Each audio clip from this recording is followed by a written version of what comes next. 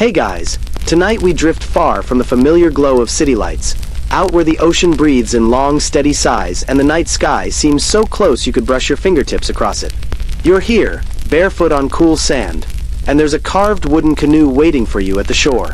Don't worry, you won't have to row though. To be fair, if this were real, you'd probably not survive the trip without years of training, impeccable balance, and the ability to tell time by the stars.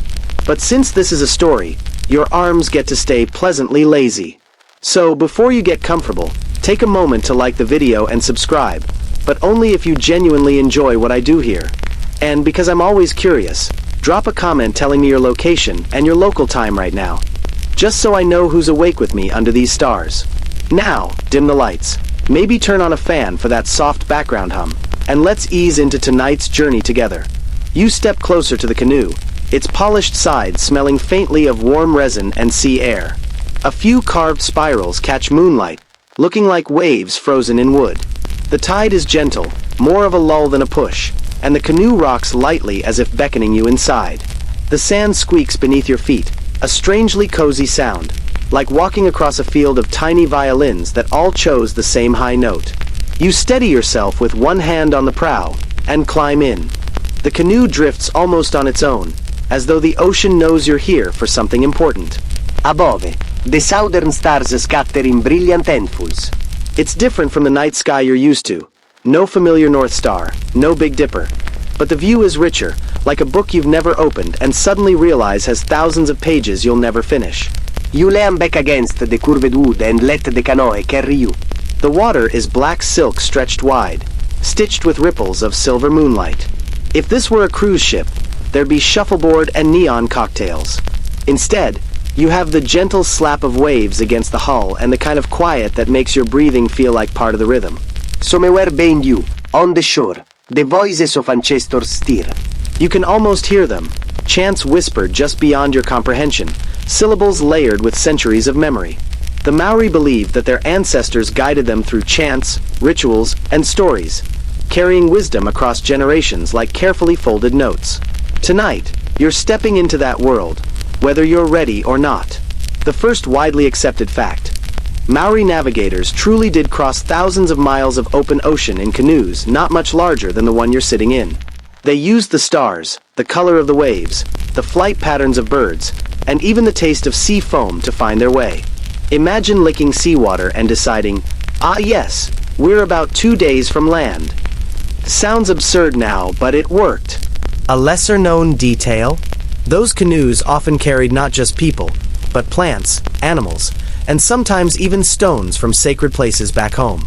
It was like packing a spiritual carry-on, because if you're moving to a new island, you bring the essence of the old one with you. Practical and sentimental, all in one bundle. You look up again. The stars are dizzying, thousands of white sparks scattered across endless black. And yet, it feels strangely orderly, as though someone has carefully arranged them into patterns. Historians and astronomers still wonder exactly how much Polynesian voyagers knew of celestial movement. Did they map the sky in ways we've yet to rediscover? Did they pass secrets from master to apprentice that never made it into books? The debate lingers, like an unanswered riddle written across the heavens. The canoe rocks a little as a playful wave taps against it. You glance around, still alone, still calm, but it feels as though something unseen approves of your presence here. Maybe it's the ocean itself. Maybe it's the memory of those who sailed before. Or maybe it's just your brain, half aware you should have had a snack before boarding this imaginary canoe. Cercando strange things. The night deepens, and the canoe pulls you farther from shore. The beach is a faint curve now, dotted with shadows of palms, fading until it's little more than a suggestion. Out here, there's no horizon, just the sea folding itself seamlessly into the sky. You're surrounded by infinity, and oddly, it doesn't feel overwhelming. It feels like a blanket you could tuck under your chin. A breeze curls past your face, cool and salted, and you realize that while this is the start of a myth, it's also the start of a journey. You're not here to conquer or to survive. You're here to listen, to drift, to be carried. And the first chapter of that story is already whispering in the air, waiting for you to lean closer. The canoe glides steadily, as though pulled along by invisible threads. The shore has nearly melted into the horizon, but you don't feel lost.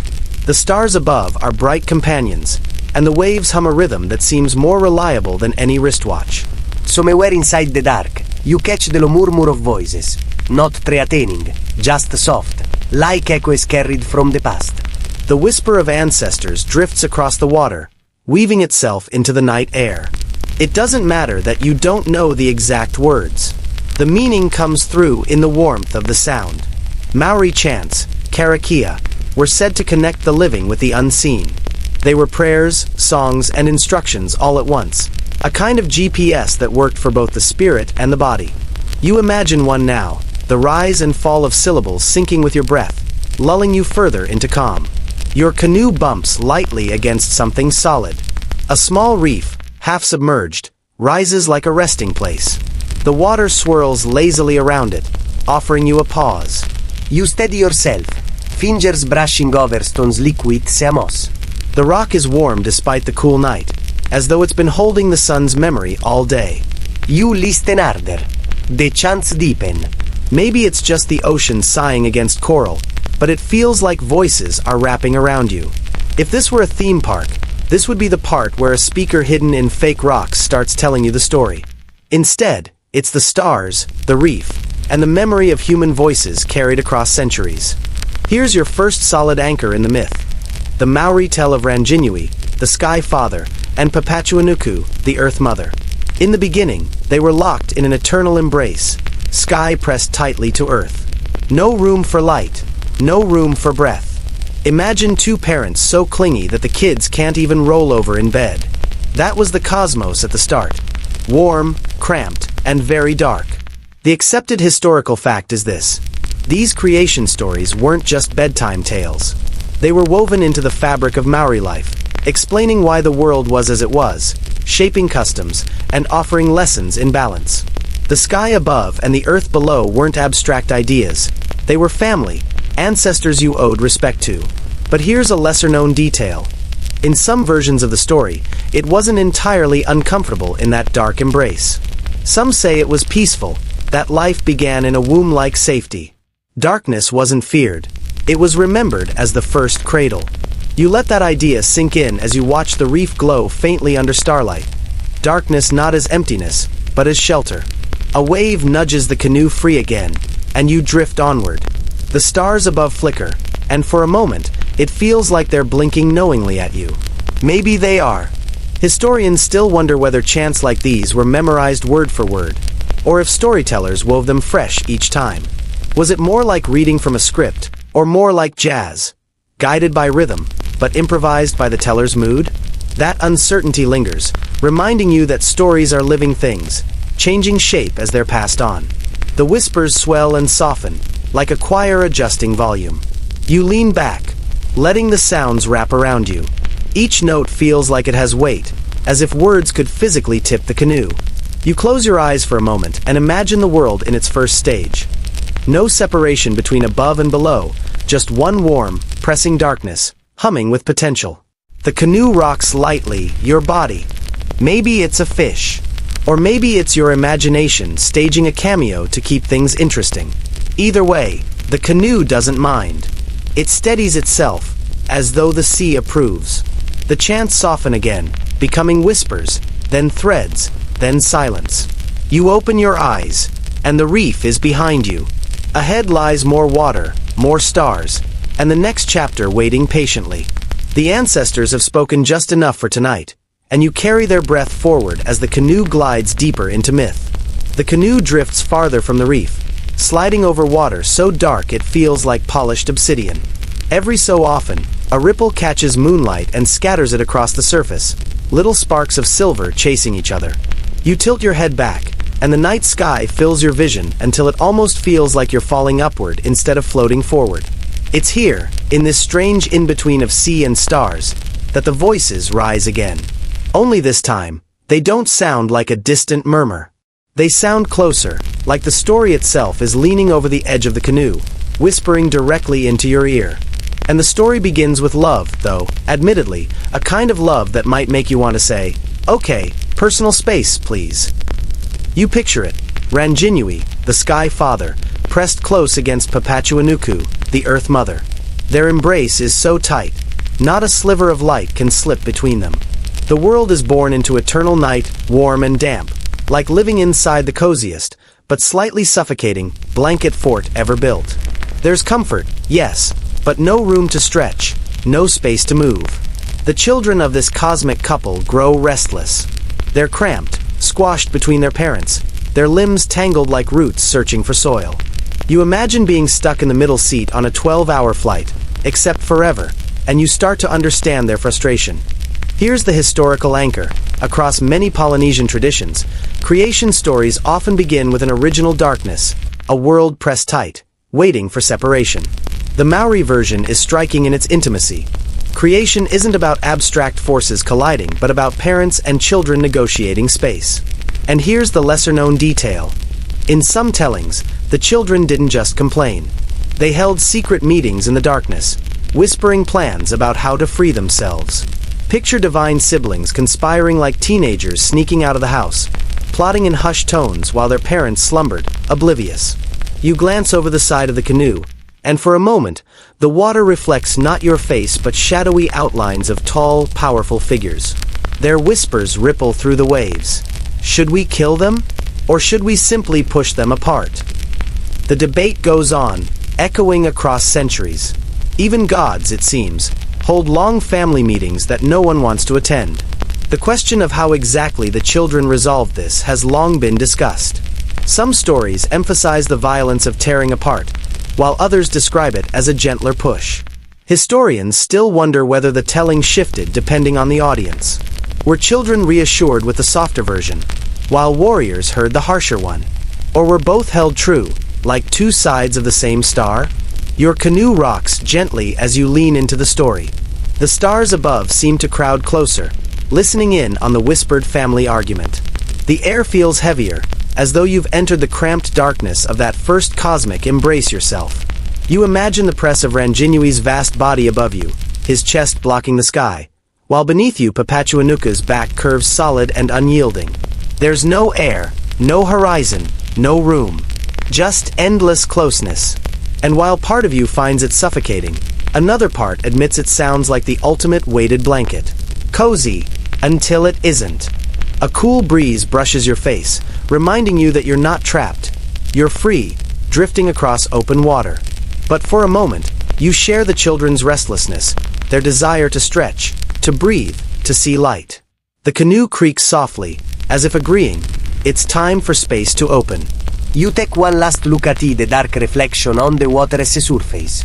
The outlines fade, the whispers dim, and the sea grows calm again. Yet the story has lodged itself firmly around you, like a cloak. You can feel the tension building, the anticipation of change. And just ahead, the stars begin to shimmer as though something new is waiting to unfold. The canoe slides forward with a gentle push, as though the ocean has decided it's time for you to hear what happens next. Overhead, the stars blink lazily, like they've settled in with popcorn to watch a family drama unfold. You tilt your head, and the sky feels closer than ever, thick with light, yet still carrying the memory of that first darkness. In the story, the children of Ranginui and Papachuanuku are crowded together, restless and frustrated. Imagine a celestial family reunion where no one has elbow room and everyone's knees are poking into someone else's ribs. Voices rise in the darkness. Some whisper about killing their parents, others argue for gentler means. It's less happy families, and more cosmic group therapy. Here's the widely accepted fact. These children aren't ordinary. Each one embodies a powerful force of nature. Tawiramadia is the god of winds and storms, restless and loud. Tangaroa is the god of the sea, always tugging at tides. Hamia and Rongo preside over wild and cultivated foods. And then there's Tane, guardian of forests, cloaked in greenery. They're not just kids, they're the raw materials of the world, cramped and waiting for a chance to stretch. A lesser-known detail? In some tellings, they didn't always agree on who should take the lead.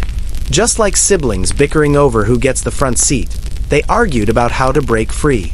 Some wanted to rip their parents apart with violent force. Others whispered for patience, a push, a breath of gentleness. Their debate lasted ages, long enough that it said the air grew thick with their sighs. The canoe rocks slightly, and you almost hear those sighs yourself, woven into the night breeze. It's a strange feeling, the weight of the myth pressing close, the sense of many voices lingering in the air, all layered like overlapping waves. You glance toward the horizon, but the sea offers no answers. Historians still wonder how much of these stories were fixed and how much shifted with the storyteller. Did one tribe emphasize Tawiramedia's fury, while another softened him for children huddled by a fire? Was the world's creation always a quarrel, or did it sometimes sound like a gentle negotiation? No one knows for certain, and that mystery hangs in the air like an unsolved riddle. The canoe tilts a little as if leaning toward the next speaker in this divine family meeting. You imagine Tawiramedia's winds huffing impatiently, Tangaroa's waves rippling at your feet, Tane quietly waiting with patience that comes from standing still like a tree. Each god embodies a piece of the natural world you're drifting through right now. The water beneath you, Tangaroa. The wind on your cheek, Tuirimtea. The stars overhead. Perhaps the watchful eyes of them all. You smile at the thought. The world born not from machines or explosions, but from a very human-sounding family squabble. Somehow, that makes the cosmos feel smaller, friendlier, easier to carry with you into sleep. The voices fade a little, as though the debate has reached its breaking point. Somewhere in that divine darkness, a decision is waiting to be made. You can almost feel the pause, the sharp inhale before someone finally takes action. The canoe slides forward, smooth as a thought, carrying you deeper into the story's heart. The canoe drifts in silence for a moment, as if even the sea is holding its breath. The debate among the divine siblings has gone on long enough, voices rising and falling in the eternal darkness between Ranginui and Papatuanuku. You sit upright, because you can sense it. Someone is about to act. It is Tane who steps forward. The god of forests, of tall trees and quiet groves. He has waited patiently while his brothers argued. Where others shouted, Tane simply grew, stretching in the cramped space, roots tangled in soil, branches pressing upward toward sky. And now he offers a solution, not with fists or rage, but with a steady push. Here's the fact you can lean on. In Maori tradition, Tane is the one credited with separating his parents, creating the space we now know as the world. He did not tear or slash. He planted his shoulders against the earth, his feet against the sky, and slowly forced them apart. Creation by stretching, not by smashing. It's a strangely comforting idea, that the world was born with patience, not violence. The canoe rocks as if mimicking Tane's effort, the bow dipping, the stern rising. You can almost feel his slow inhale, his muscles straining, his back arching like the curve of a giant tree.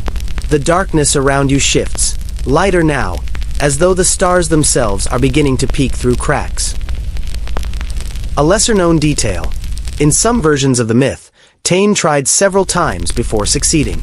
His first attempts were awkward, pushing sideways, nudging at odd angles, like a child trying to open a jam jar that won't budge. Only when he planted his feet firmly and used the strength of his whole body did the embrace of sky and earth finally break open. Even gods, it seems, require a bit of trial and error. The air around you stirs. A wind brushes your cheek, gentle but persistent. You imagine it's the sigh of Papatuanuku, finally able to stretch her back after an eternity of pressure. Above, the stars flicker brighter, like Ranginui blinking awake after being pushed upward. The canoe itself seems to ride this shift, the waves spreading wider, the sky arching taller. Historians still wonder about the symbolism here. Was Tane's role emphasized because trees were so central to Maori life, providing canoes, shelters, carvings, tools? Did storytellers highlight him as a reminder that strength comes from patience, from standing rooted and tall? Or was it simply because forests, rising between sky and earth, perfectly embodied that act of separation? The question lingers like a leaf trembling in the breeze. You lean back and let the canoe drift. The air feels roomier now, as though you've inherited the space Tane created. It's easier to breathe, easier to stretch your shoulders. Even the stars above seem to sigh in relief, happy to be seen again. You picture Tane standing tall in that first moment of light, his feet planted in soil, his hands pressed against the sky, his back arched in triumph. And you realize that without him, without that push, there would be no horizon to look at, No stars to guide you, no canoe to drift upon. Creation, in its quiet way, depended on one patient God deciding, enough is enough, it's time to make room. The canoe glides smoothly, carried forward on that same momentum. The embrace has been broken. Darkness has lifted. The first space of the world has opened, and you are sailing right through it. The air feels fresher now. Above you, Ranginui has been lifted high, his chest expanding with the first true breath of the sky. Below, Papatuanuku rests in quiet, her body no longer pressed into suffocating darkness. The canoe rocks gently, as though it too is adjusting to this brand new spaciousness. But creation is never finished in a single act. The siblings, now blinking into this roomy world, look around at the still dim air. There is space, yes, but no light yet, no warmth. The world, though open, remains a twilight corridor. This is where Tane continues his work. With the patience of a gardener, he begins to decorate the heavens. One by one, he lifts the stars, placing them gently into Ranginui's chest, like a child pinning shells to the ceiling of a cave. Each spark glimmers, faint at first, then steady, until the sky begins to resemble the tapestry we know today. A detail often tucked into the footnotes of Maori myth. Tane did not scatter stars in haste. He organized them carefully, shaping constellations, weaving patterns, creating pathways for navigation. In a land of long voyages, this was no small gesture. Those twinkling points were more than ornaments. They became maps, quiet guides for every canoe that would one day leave the shore. The canoe you ride in seems to notice. It drifts slower now, as though pausing to admire the stars freshly placed overhead. Some ripple against the waves, their reflections trembling across the water like shy dancers. You tilt your head back and see not chaos, but order, a starry sky arranged with intention, like beads strung onto a necklace. There is a quiet humor to this part of the myth. Imagine Tane, a god with infinite patience, squinting upward, tilting his head, shifting a star a little to the left, a little to the right. You can almost hear one of his brothers muttering, "It's just light. Does it matter where it goes?" And Tane replying softly, "It will matter one day." Bedtime patience turned into eternal utility. Historians and anthropologists often pause here. The Maori, like many Polynesian peoples, mastered the art of wayfinding, navigating vast oceans without maps or compasses. The stars were their compass, their calendar, their quiet companions. To hear that Tane himself placed those lights above is more than myth. It's an echo of daily reliance, of practical knowledge wrapped in celestial poetry. The canoe dips again, waves curling softly around its hull. You imagine you're not just drifting but following a line Tane himself once drew in the stars. A route hidden in the constellations, a path no sailor truly walks alone. And so, the world, once cramped in darkness, begins to shine. Space has been made. Stars have been hung. The earth breathes, the sky exhales, and you, floating here, are rocked gently into calm. It is a lullaby written into the very structure of the universe. Patience creates space, care creates guidance, and stars create comfort. The myth tells us the world was not only made, but thoughtfully arranged, like a bedtime room with its lamp placed just so, ensuring you can always find your way home. The canoe glides onward, cushioned by water so dark it seems woven from the same cloth as the sky. You notice the stars reflected above and below, as if you are floating between two heavens. It is a good trick of the night, one that makes you wonder if you're sailing at all, or simply resting in the middle of a cosmic mirror. With the stars carefully pinned into the sky, the siblings discover that something is still missing. The world has space, it has light, but it does not yet have rhythm. There are no tides, no cycles, no gentle drumbeat to steady the days. This is when Tangaroa, the god of the sea, begins to stir. The water beneath you seems to respond. Small ripples grow into steady swells, the canoe rocking with a new, almost musical motion. You hear the whisper of currents, the faint percussion of waves slapping against the wood. Tangaroa is not a quiet god. He prefers movement, the pull and push of tides, the kind of heartbeat only the ocean can provide. There is a delightful detail hidden here. The sea was not always seen as chaotic. For Maori, the ocean was a relative, alive and willful, but also dependable. Tangaroa could be demanding, yes, but he was also generous, offering fish, shells, and safe passage, if treated with respect. You rock gently in the canoe, as though Tangaroa is showing off his presence, letting you feel his rhythm against your ribs. Still, not everyone was comfortable with the sea's newfound power. Some of the siblings argued, was this necessary? Wasn't the world complete enough already? But Tangaroa insisted. A world without tides would be too still, too flat, too lifeless. So, he breathed his energy into the waters, and ever since, the ocean has never been entirely quiet. There is a modern echo here that makes you smile. Imagine the first voyagers to Aotearoa, watching Tangaroa's handiwork with keen eyes. Every swell and break of water was a story to them. Messages about reefs, about storms, about the path home. You, floating here now, are rocked by the same tides, though your only cargo is relaxation. Historians still wonder about the earliest migrations across the Pacific. How did people manage to travel such vast distances, thousands of kilometers of open water? The answer always comes back to rhythm.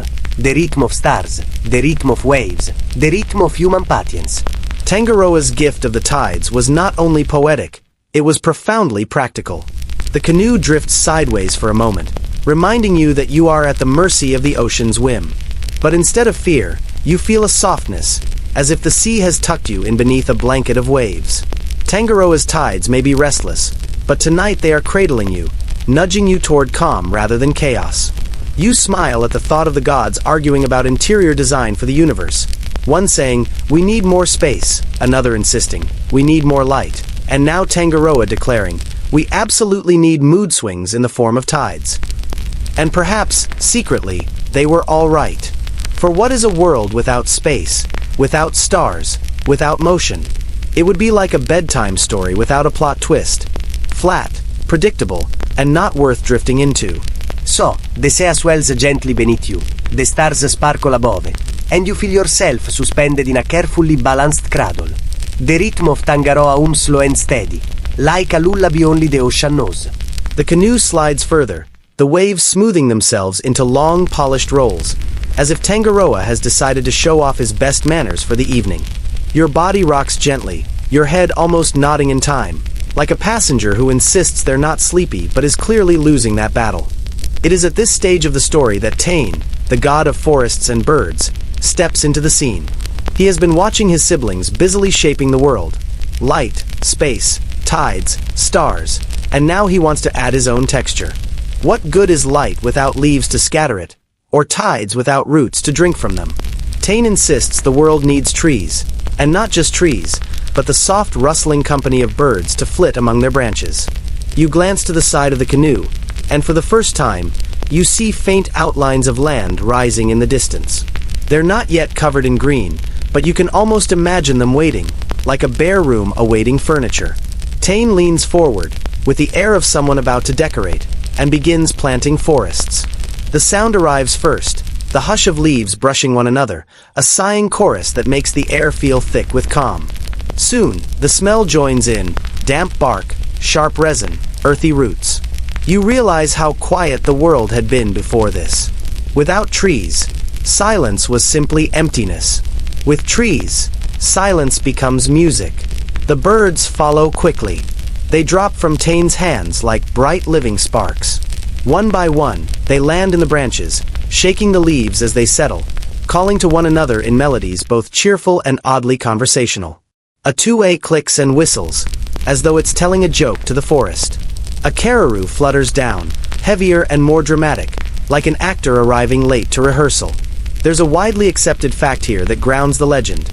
Maori oral traditions consistently emphasize Tane as the bringer of trees and birds, a creator of life's shelter and song. But tucked among these traditions is a quirky detail. Tane didn't just create trees randomly. He planted specific ones, each with roles: tall kahikadia, mighty kauri, supple harakik. It was a planned garden, not a chaotic scatter. Historians still wonder at the depth of botanical knowledge preserved in these myths. Were these stories not only spiritual but also ecological guides? Did telling of Tane's planting remind generations which trees mattered most, which birds carried seeds, which forests sheltered villages? It's possible, and it makes the canoe rock beneath you with a new kind of wisdom. An environmental manual hidden inside a bedtime story. You breathe in the air around you and find it thicker now, filled with leaf dampness and feather rustle. The canoe drifts past the first forests, and though you know they're mythic in this telling, they feel as real as any pine-scented hillside. Tane seems pleased with himself, and frankly, you agree. The world looks much less like an empty bowl and more like a home. Of course, you can't help but imagine Tane as the over-enthusiastic sibling who can't stop adding plants to every corner. You picture the other gods saying, "We just wanted some greenery, not an entire botanical garden." But Tane shrugs and replies, "You'll thank me later." Which, honestly, is true. Who doesn't like a good shade tree on a hot day? As you watch the birds lift into the evening sky, their wings tracing delicate arcs against the starlight, you realize the rhythm of the world is deepening. Not only do you have light and tide, you now have song, shadow, and the flutter of small lives carried on the wind. And all of it, trees, birds, their songs, and their shelter, has grown while you've been gently floating in your canoe, rocked by Tangaroa's waters, guided by Tane's greenness. The air is heavier, yes, but also kinder. It feels like you've arrived in a world where bedtime finally makes sense. Quiet, but never empty. Your canoe carries you onward, brushing the edges of forests now alive with rustling canopies and birdsong. The stars shimmer above, the water sways below, and for the first time, you feel like the world around you is bustling. Not loudly, not chaotically, but with a kind of sleepy industry, like a town where everyone whispers politely so as not to wake the neighbors. And then come Rongo. He does not arrive with a crash of light or a roar of tides. No, Rongo slips into the story the way a gardener slips into a yard. Quiet, purposeful, and carrying an armful of seeds. His gift to the world is food, specifically the kamara, a sweet potato that seems humble until you realize it was powerful enough to sustain entire communities. As you drift, the canoe nudges into a clearing where the earth has been freshly turned. Rongo kneels there, pressing kamara into the soil with hands both tender and firm. The ground accepts them eagerly, as though it has been waiting for just this kind of company. In a few moments, vines will creep, roots will swell, and hunger will be less of a worry. It's worth noting a well-accepted fact here. The kamara was a central crop in Polynesian societies, carried across oceans and cultivated with care. It was not just food, it was survival. And in Maori tradition, Rongo embodied the calm and peace that agriculture brought, in contrast to the chaos of warfare. To grow food was to settle, to find rhythm, to ease the constant edge of survival. But here comes a quirky detail. Kamara wasn't only eaten, it was celebrated. Ceremonies marked its planting and harvest, chants were sung, and myths woven to remind people that food was never just calories. It was relationship, gratitude, and memory. You, drifting by in your canoe, can almost hear the faint echo of voices rising in those ceremonies, like distant lullabies layered over the rustle of the forest. Historians still wonder about the exact routes and methods by which kamara traveled across the Pacific. How did a root crop leap so gracefully from one island to another, carried on canoes over thousands of miles of ocean? Some argue about timing, others about techniques, but the fact remains. The kamara is proof of both Rongo's mythic generosity and human ingenuity. You lean back, imagining the gods' debate at this point.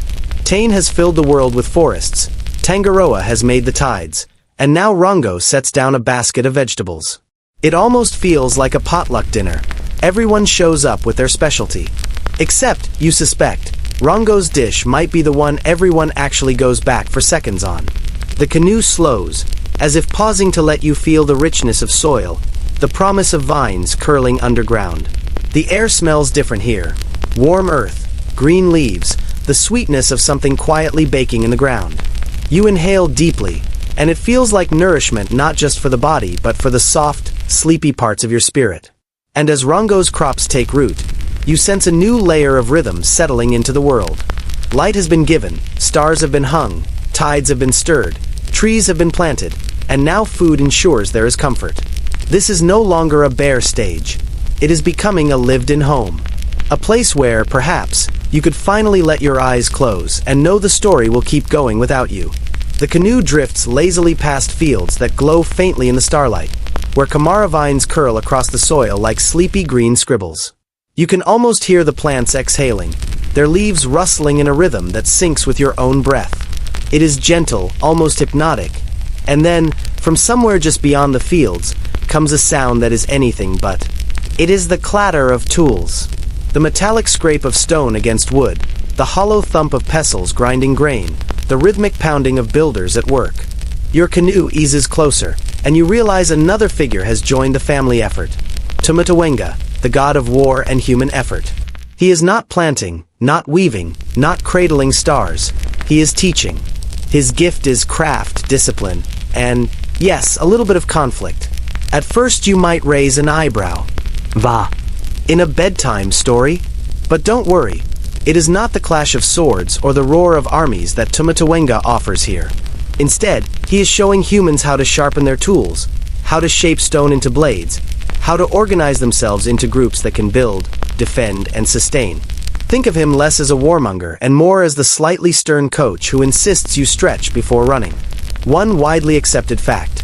Tumatawenga was seen as the ancestor of humankind in Maori tradition, and from him people inherited both the courage to fight and the knowledge to endure.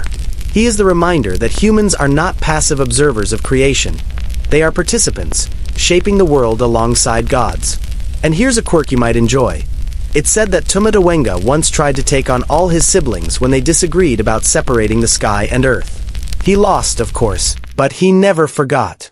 Later, when humans hunted birds, fished in the seas, harvested crops, and cut trees, it was seen as Tumatawenga finally getting his revenge on his brothers, through people. You, floating in your canoe, might smirk at the thought of humans as the ultimate sibling payback. Historians still debate how these stories reflected early Maori society's balance between war and peace. Were they cautionary tales about conflict, or affirmations that discipline and defense were as essential as crops and stars? The answer may be both. Life required balance. A world with food and forests but no protection would not last long. The sounds around you sharpen, the rasp of tools, the hum of preparation. Yet there's no sense of danger here, only the steady beat of people learning their craft. The canoe rocks as if in time with hammers and adzes, the water echoing with the pulse of labor. You feel yourself lulled not into fear, but into a kind of industrious calm, like the drowsiness that creeps in after a long day of satisfying work. And because bedtime stories need a little humor, you imagine the gods sitting around comparing their gifts. Tangaroa boasting about his tides, Tane showing off his forests, Rongo proudly holding up his kamara, and then Tumatawenga drops a toolbox on the table with a solid thud. Not glamorous, not glittering, but undeniably practical. Someone has to be the sibling who brings the power drill to the family gathering. As the sounds fade, the canoe slides back into the soft hush of night. The stars twinkle, the trees whisper, the fields glow faintly, and the tools rest quietly until morning. The balance is taking shape. Creation is not only beauty, it is labor, craft, and the knowledge that even in myth, nothing worth keeping comes without effort. The canoe glides onward, slipping back into the open water where moonlight scatters in silver flakes across Tangaroa's restless surface. You notice how the night feels thicker now, layered with light, tides, forests, birds, food, and the rhythm of tools. It's like the world has been steadily furnished, one thoughtful gift at a time. But there's still something missing. From the far horizon comes a warm, flickering glow. At first you think it's another star falling too low, but soon you realize it's fire, moving across the water like a mischievous candle left untended. The canoe drifts closer, and there you meet Mahuika, the goddess of fire. She is both kindly and fierce, with hair that crackles like embers and eyes that glow as though she's keeping a secret bonfire inside them. She extends her hand, and from her fingernails fall tiny sparks. Each one lands carefully on the earth, setting alight dry leaves, cooking food, and warming small shelters. Without her, nights would be endlessly cold and Kamara would stay tragically raw. With her, there is comfort, warmth, and that all-important invention, toasted snacks. One widely accepted fact is that Maori oral tradition credits Mahuika as the keeper of fire, giving it to her descendants so it could be carried, cherished, and never forgotten. But here's a delightful twist. She stored fire in her very fingernails. Whenever someone needed flame, she would pull one free and gift it. Practical, yes, but a little unnerving if you think about a manicure that ends in sparks. Historians still wonder how early societies explained and passed on the techniques of fire-making. Was Mahuika's story a memory of early technologies, like friction sticks or flint? Or was it a way to remind people that fire was dangerous, beautiful, necessary, but never to be treated lightly? The debate continues, though right now you're just happy to feel a cozy warmth brush against your skin as the canoe rocks on. The trees nearby glow with firelight, shadows stretching like sleepy dancers across the bark. Birds hush in the branches, their songs dimming in the orange flicker. The air smells of smoke, wood, and the faint sweetness of roasted roots. You lean back, your eyelids heavy, and realize how perfect this feels. Fire is not only survival, it is the world's original nightlight. Still, you can't resist imagining Mahuika as a somewhat sarcastic aunt at a family barbecue, sighing dramatically as she pulls yet another spark from her fingernail. You lot would starve without me, you know. And she's right. What good is Kamara without roasting, or warmth without flame? Mahuika's fire is the quiet heartbeat of every meal and every story told in the glow of evening. The canoe lingers in the warmth before drifting back toward cooler waters, carrying you away with a faint crackle in your ears. Now the night feels balanced again. Cool stars above, warm embers below. Fire, like every other gift, adds its note to the world's lullaby. The canoe drifts further along the glowing horizon, its sides brushing reeds that hiss softly like whispers. The warmth of Mahuika's fire lingers on your skin, but now the air grows cooler again, tinged with salt and dew. It feels like the world is pausing, catching its breath after so much creation. And into this pause steps Maui, the trickster, the hero, the restless younger brother who never could leave things as they were. You hear laughter before you see him. It bubbles out of the shadows, quick and sharp, like someone already amused by a joke you don't know yet. When Maui finally appears, he is not grand or intimidating. He is wiry, quick-eyed, carrying a grin that suggests he has just stolen something and gotten away with it. Which, to be fair, is not far from the truth. One of his most famous feats is the slowing of the sun. You notice it immediately. The canoe, once guided by steady starlight, now feels rushed, as if the day threatens to gallop past too quickly. People cannot cook, cannot gather, cannot sleep properly when the sun sprints across the sky in a hurry. So Maui decides he'll fix it, with a rope, a plan, and a bit too much confidence.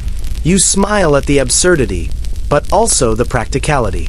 If you've ever wished for a longer afternoon nap, you've shared the exact frustration Maui felt. His solution, though, is a little more daring. He and his brothers snare the sun with ropes and beat it until it promises to move more slowly.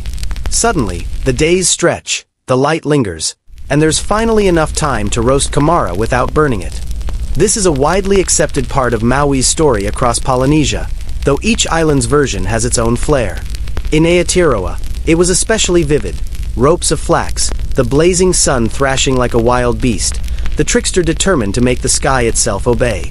But here's the quirk that makes you chuckle. Maui wasn't always successful in his adventures. Some tales paint him as clever, others as reckless, sometimes both in the same breath. He is the sibling who insists, "I've got a plan," right before something explodes. That unpredictability is why his stories endure, not just as lessons, but as entertainment. Historians still wonder whether Maui represents a cultural archetype of curiosity and resistance. Was he a way of explaining natural changes, the length of days, the shifting of seasons? Or was he a narrative stand-in for human stubbornness, the refusal to accept the world exactly as given? Either way, his laughter echoes even now, carried on the breeze that ruffles your canoe. As you float, the night seems to bend around you.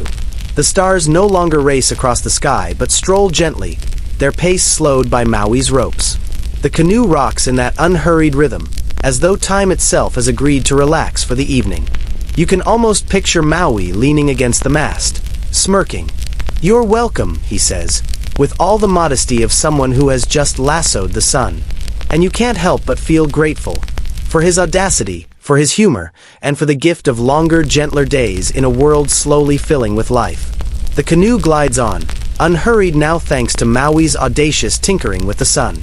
The stars above move at a leisurely pace, as if they, too, are enjoying the extra time he carved out. You breathe deeply, lulled by the slower rhythm, when another of Maui's restless ideas begins to ripple through the story.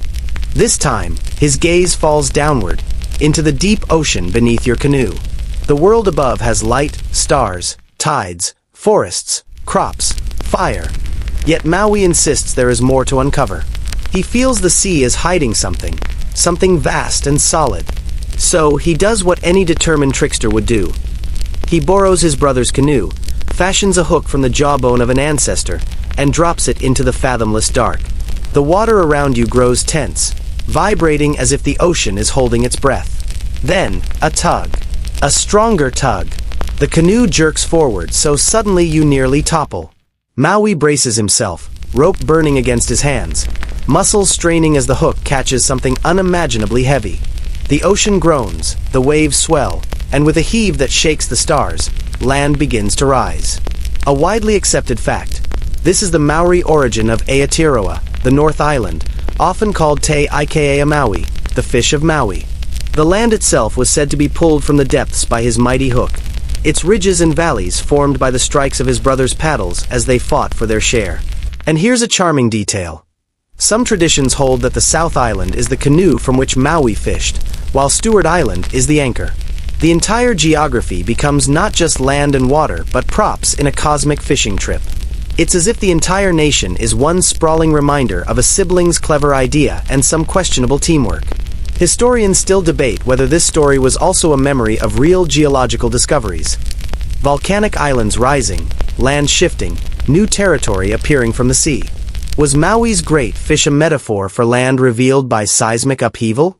Or was it simply a grand, satisfying story to explain the mystery of where islands come from? No one knows for sure, but the image is unforgettable. The canoe you sit in now drifts over water still trembling from that mythic tug. You look ahead, and indeed, there is land. Raw, jagged, shimmering under starlight as though it's still dripping wet from its long sleep beneath the sea. You can almost feel the land stretch its back, flexing mountains, opening valleys, letting rivers slide down its sides. And because no section is complete without a little humor, you imagine Maui sheepishly explaining to his brothers afterward, "See? I told you there was something down there." Meanwhile, the gods probably muttered about him rearranging the furniture of the universe without permission. But honestly, aren't we all glad he did? Without that stubborn fishing trip, your canoe would still be floating endlessly, with nowhere to land and no place to call home. The waves calm again, rocking you gently as the new land settles on the horizon. The stars overhead twinkle approvingly, as though they, too, enjoy the fresh scenery. And you, lulled by the quiet after so much cosmic upheaval, feel the pull of sleep deepen, soft as the sway of Maui's line before it caught the greatest fish of all. Your canoe now brushes the edge of this newborn land, the fish of Maui, still warm in the imagination, as though steam might rise from its ridges. The night air carries a scent that is neither fully ocean nor fully earth, but some quiet mingling of both. Waves sigh against rocks that have only just met the surface, and the land seems shy, as if unused to being watched. Maui, never still for long, steps lightly onto the jagged ground, his jawbone hook still gleaming at his side. You follow him, though your footsteps are softer, slower. The soil here is raw and uneven, as though mountains were only just unrolled from a great cosmic scroll. Rivers tumble quickly down slopes, eager to sketch their first paths into this uncharted canvas. And yet, for all the drama of its birth, the land settles into its role like a patient storyteller. Forests soon cloak the valleys, their leaves whispering secrets to the wind. Birds, bright, unusual, almost mischievous, flutter into the trees as if they've been waiting for an invitation. The night fills with a chorus of calls so strange and musical that you find yourself smiling, your body swaying with the rhythm like a leaf on water. In Maori tradition, many of these birds were companions and symbols in their own right. The tu'e, with its glossy feathers and white throat tuft, could mimic speech and songs. The cararoo, plump and elegant, fluttered like a sigh through the forest canopy. Some stories even tell of birds acting as messengers or guides, leading ancestors across the new landscapes. There is humor here too, tucked into the details. The cararoo, famous for feasting on fermented berries, sometimes grew so tipsy it fell from branches in unsteady thumps. Imagine the gods, having gone to all the trouble of sculpting mountains and rivers, watching a slightly drunken bird wobble through the air. Perhaps that is why bedtime storytellers chuckle when describing the forests of Aotearoa. They are not just alive, but lively. As you walk deeper inland, Maui fades into the mist, his work done. The land no longer needs him to be lifted or shaped. It will tell its own stories now, through its people, its rivers, its forests, its birdsong. You sit down on a smooth boulder, cool against your back, and listen. The forest hums with a rhythm both new and eternal. Your breathing matches the land's heartbeat. Each inhale feels like a mountain rising, each exhale like a river flowing to the sea. Time stretches, not in haste, but in the gentle cadence of a place learning its own name. Before sleep can fully claim you, one more image flickers into your mind. The South Island as the canoe, the North Island as the great fish, Stewart Island as the anchor. You picture them all bobbing together in the cosmic tide, a family of islands tethered by myth and imagination. It is a bedtime puzzle assembled from land and water, hook and line, laughter and awe. And so, with a smile and a softened mind, you let your thoughts drift like leaves on a stream. The land of Maui steadies itself under the stars, its story whispered into the night. Your eyelids grow heavy, your breath long and even, and sleep arrives quietly, like a bird settling on its branch. The land cradles you now, as if you've always belonged here. Your body, once afloat on dark water, now feels rooted in soil that hums with beginnings.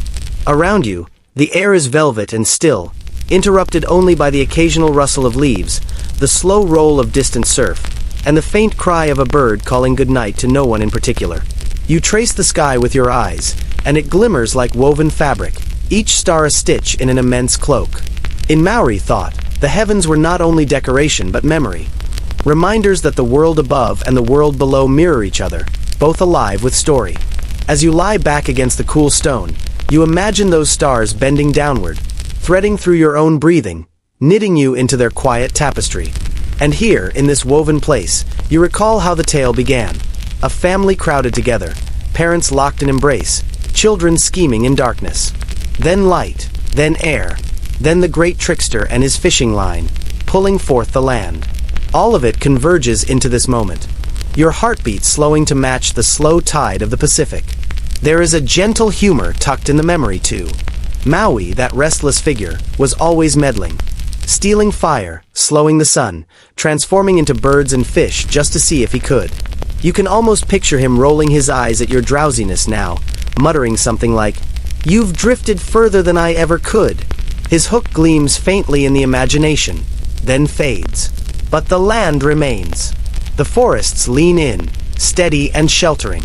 The rivers trickle and curl around stones, content to take centuries deciding their path. And you are simply here, resting at the heart of a legend, wrapped in stories spun long before your arrival. Historians still wonder at many details. Was this tale a memory of real voyages? A symbolic map of islands claimed by imagination? Or was it simply a way to fold humor and awe into one enduring picture? The answer is less important than the feeling. The sense that myth is not a puzzle to solve, but a song to hum while drifting into dreams. Your breath deepens. The muscles in your face unclench. Even your thoughts, usually so quick and restless, soften into long, slow shapes, like shadows stretching at dusk. And so you rest within the fish of Maui, the great islands rising beneath you like the body of a giant, the stars above settling like feathers. The story doesn't need to end, not really. It keeps breathing with you, gentle and unhurried, as the night wraps itself close.